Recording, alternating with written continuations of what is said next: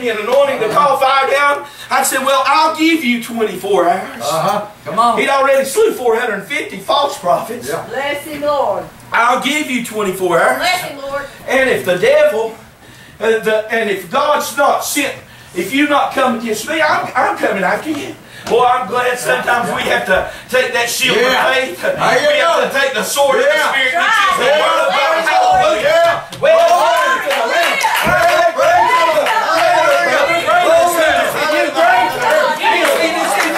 When we take that shield of faith.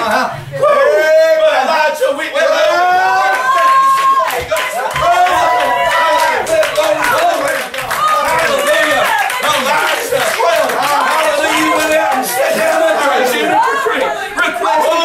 Elijah, but I'm glad he said, Elijah, I've got 7,000 down there. Brother, I'm glad. Over the years, I know the devil said the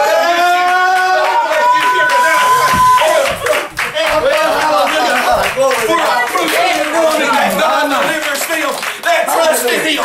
Boy, I'm glad I'm trusting in one that cannot fail tonight. He will deliver me. He will deliver you. Doesn't matter what we face. Oh, look at how big your problem is. Look how big our God is.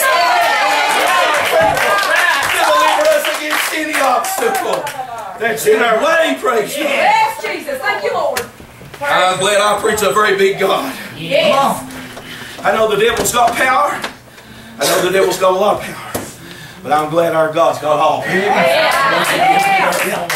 And the devil knows one day he's going to burn in a lake of fire and brimstone created for the devil and his angels. Oh, no wonder Revelation 12 after that, when there was a war fought in heaven, Michael and his angels fought, and the dragon and his angels. Oh, praise God, and there was found no place for him. And the serpent, the old devil, and called Satan, was cast out. He said, woe to the inhabitants of the earth and the sea, for the great dragon, the serpent, is cast out. Hallelujah! And he knows he was cast out, and he knows he's going to never go back up. Hallelujah! Aren't you glad?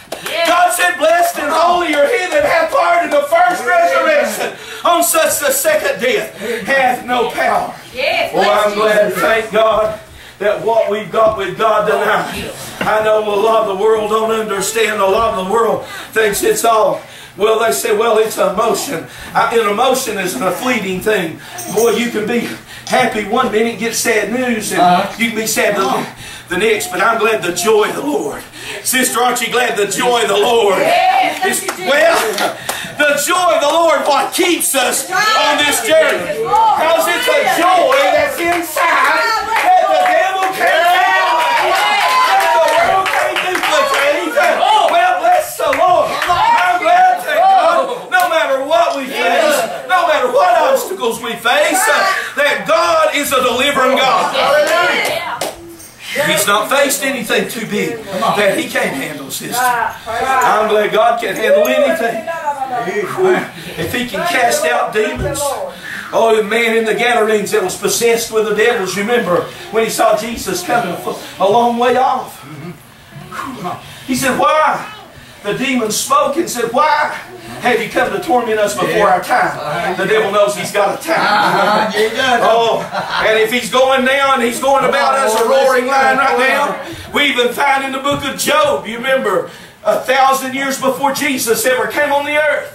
The Bible says there was a man in the land of Uz who was perfect and upright, who feared God and eschewed evil, and his name was Job. Came to pass, the sons of men came and presented themselves before God.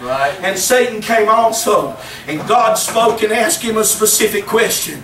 He said, where are you going? He said, I'm going to and fro upon the earth, up and down it, seeking whom that I may devour. And you remember what God said? He said, have you tried my servant Job? And he said, Lord, you've got a hedge around him, and I can't get to him.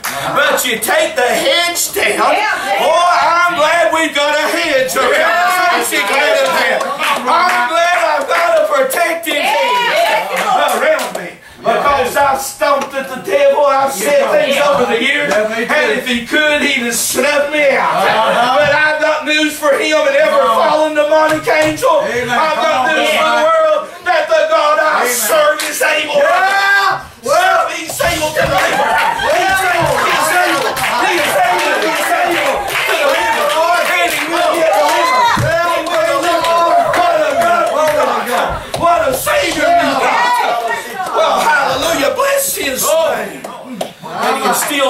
all of us a vision. He instills that vision within us. Praise His name, praise His name, praise God.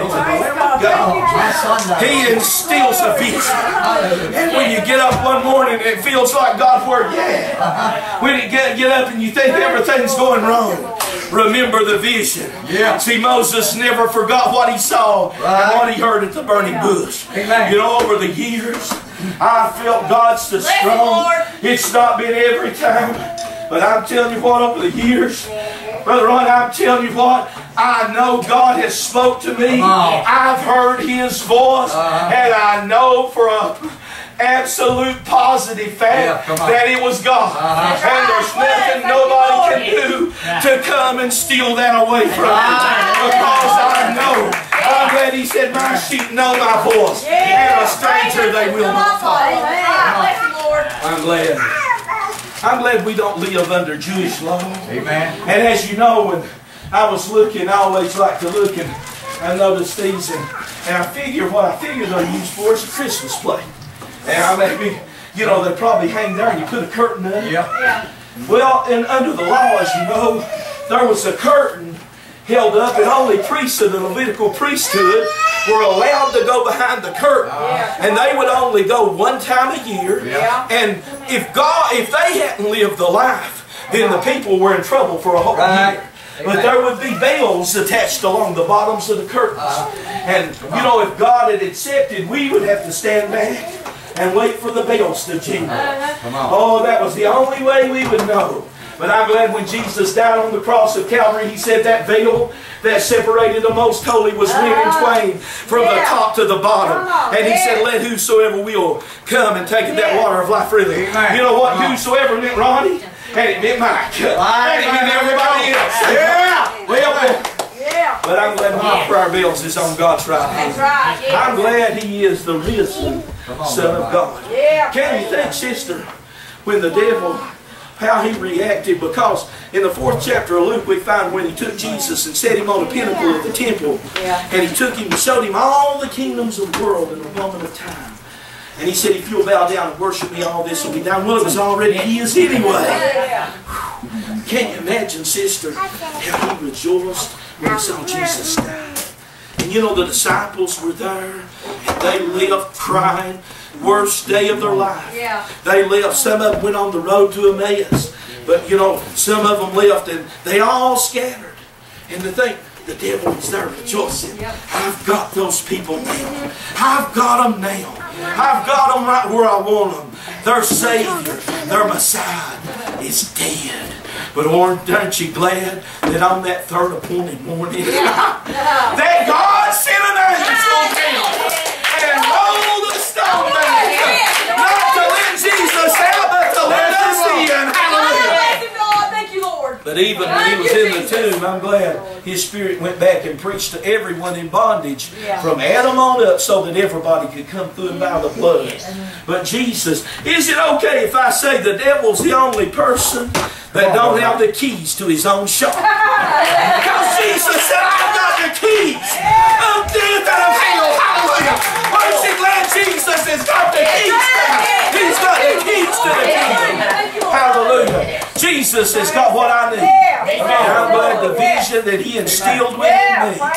No matter what comes my way, no matter how downtrodden at times, how many low valleys. You know, the valley's the most fertile ground, naturally speaking. And I think y'all were talking about ground when I came in. A lot of times, you know, this time of year, people put in gardens. You know, a lot of times the valley's the most fertile ground because over the years, the nutrients from the mountaintops, you know, if you go high enough, it's only the little scraggly trees that'll grow. There's not any good trees. But the nutrients over the years runs down. And the most fertile ground is right at the base of the mountain. You know, I've learned more when I've been walking through a valley. I've learned more that God, you know, if we never went through a valley, how could we testify to somebody that He's the lily of the valley and He's the bright in the morning star? How in the world, if we never face sickness, can we testify that He's still a healer of our diseases? How in the world, if we never go through anything, can we say God is a delivering God. Yeah. Oh, I'm glad tonight it's been tried, true, tested, and delivered.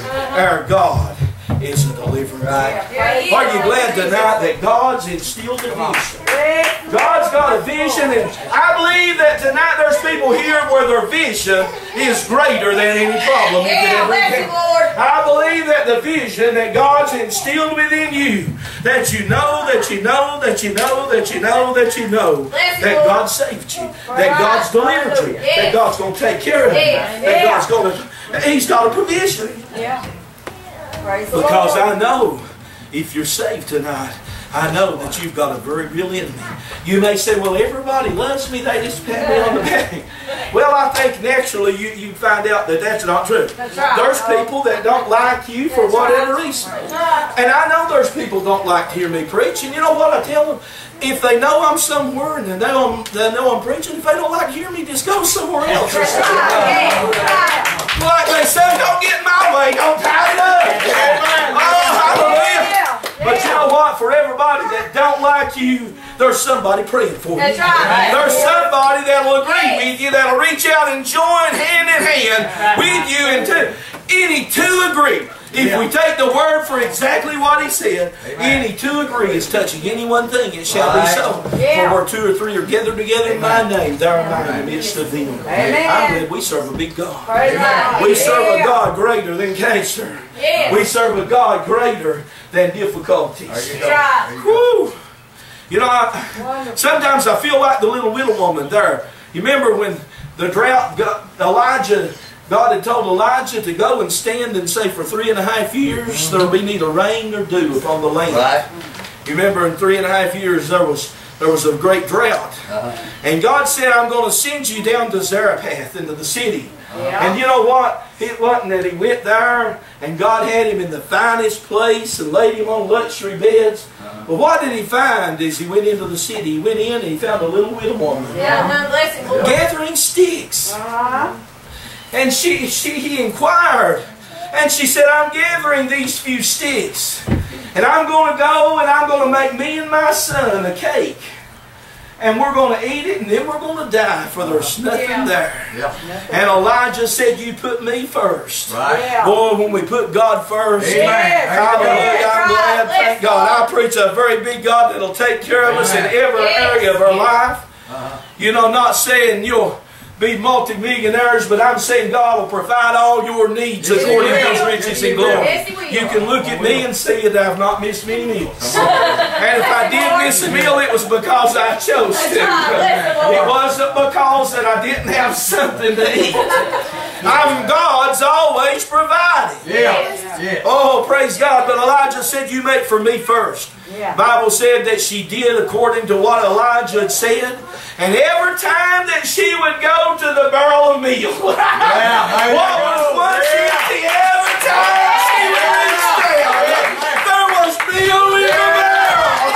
Every time she go to the cruise of oil, there was oil in the cruise. Every time I go to God, He's always there. Every time I go to God, He's always there. He'll be there for you. Well, bless the Lord. He'll be there for you. He'll be there for you. He'll be there for you. He'll be there so glory. He'll be there for you. He'll be there for you. He'll be there for you. He'll be there for you. He'll be there for you. Glory.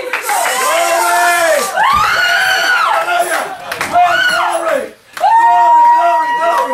He'll be there for you, sister. He'll be there. He'll be there. He'll be there. He'll be there. Brother Ben, He'll be there. He'll be there. Hallelujah. He'll be there for you. He'll be there. Every time. Whoa, thank you, Jesus. Yes, Father God, Lord. Every time. Thank you, Jesus. Yes. Every time.